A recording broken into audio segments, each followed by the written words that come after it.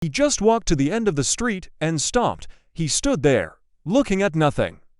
I kept watching until he turned and came back the same way, at the same pace.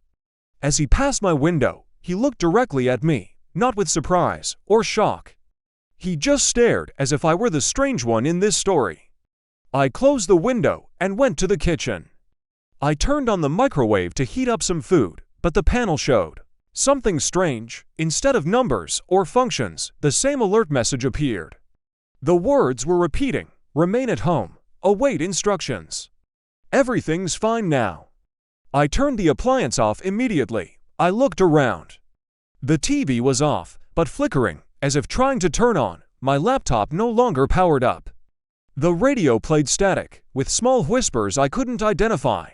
I went to the door again, the doorknob still locked. I began to wonder if someone had done that during the night, but who and why?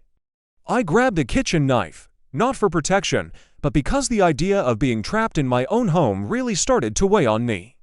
Not because of the lack of freedom itself, but because of the absence of any explanation. Later, I heard noises in the hallway, slow footsteps, someone whispering. I approached the door and listened intently.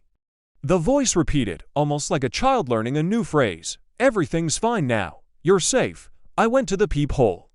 It was the woman from 103. She was going from door to door, pressing her forehead against the wood and saying those words softly.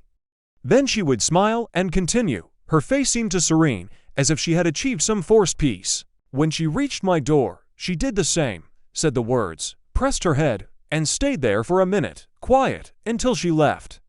I stood motionless for a long time. When I finally managed to get off the floor, I noticed something even more unsettling.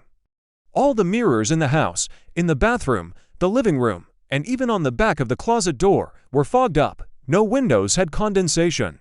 Here was no steam, but the mirrors looked like they had been touched. And in the center of each, there was a mark.